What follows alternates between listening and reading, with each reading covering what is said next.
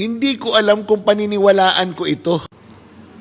Ombudsman probe tags Romualdez as central figure in flood control corruption scheme.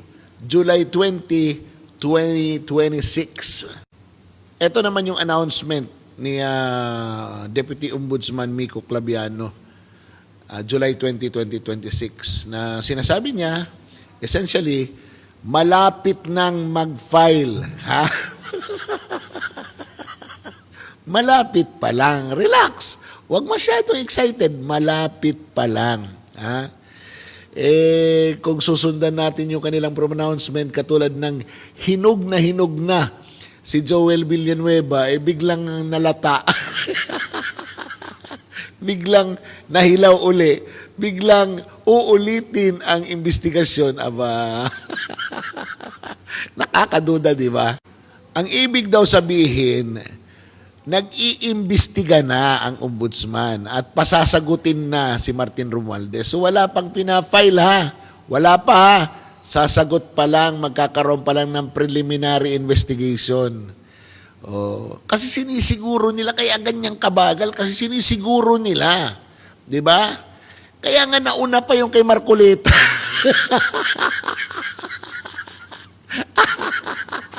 Dahil yung kay Marcoleta, nandyan na yung mga ebidensya. Yung kay Martin Romualdez, wala pa.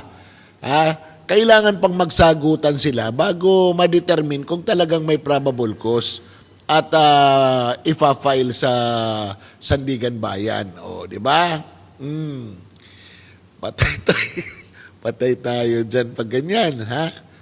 Ngayon, anong sinasabi ni Miko Claviano? Ang sinasabi niya, na yung isang reliance nila sa testigo nila, no, ay ang 8 Marines, ex-Marines, no, na nagsasabing nagdala sila ng pera kay Martin Romualdez galing kay Saldico. Ayan na, ginagamit ng ombudsman yung testimony ng 8 Marines. Pero doon sa Blue Ribbon Committee, hindi. Ito yung nakakapagtaka. Hindi kaya pabanda roon yan pang maging dahilan kung bakit maa-acquit si Martin Romualdez. Alalahanin nyo ha, lahat ng kaso sa mga Marcos sa Sandigan Bayan, dismiss na lahat. Tandaan nyo yan.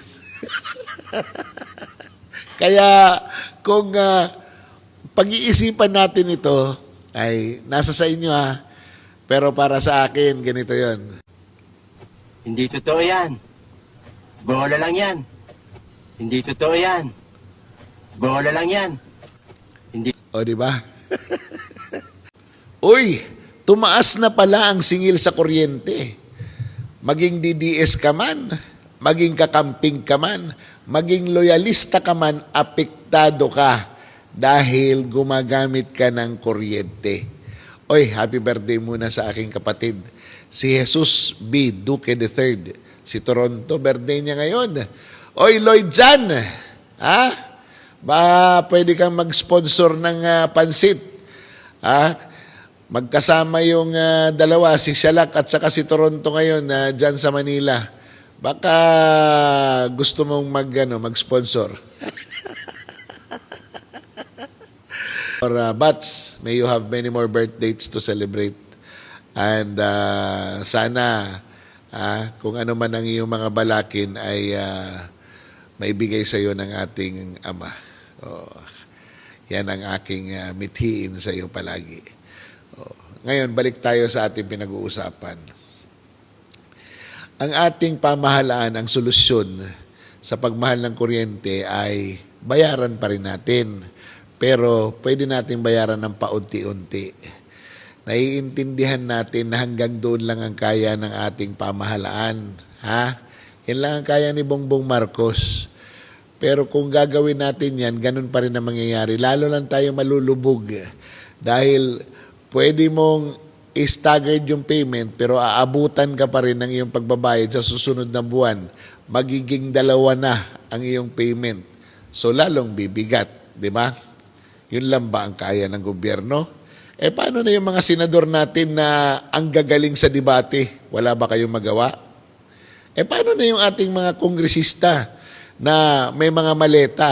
Wala din kayong magawa? Ganun na lang ba? Sara Duterte na lang tayo at Sara Duterte. Huwag na nating asikasuhin yung ating mga kababayan dahil ang importante, mapakulong, matanggal at hindi na makatakbo si Sara Duterte kaysa sa kapakanan ng ating mga kababayan. Kung nanonood ka ngayon ng hearing sa Senado, boring, di ba? Alam mo bakit? Alam naman natin na niloloko lang tayo eh. Alam natin na lahat ng sasabihin nila dyan, paninira lang sa Vice Presidente at paninira lang sa pamilya Duterte. Walang sasabihin na maganda dyan. Higinan to si Matibag. Director ng NBI nag-testify, hindi ba kaya ng mga bata mo, kailangan pa ikaw? Does it mean that your presence there bring integrity to the proceedings?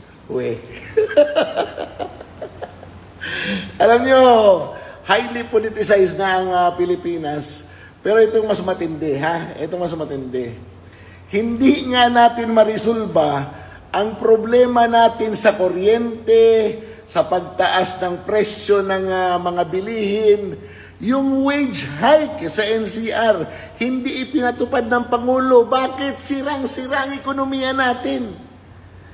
Sirang-sira, ayaw lang aminin ng gobyernong ito. Tapos, yan ang pag-aaksaya natin ng panahon.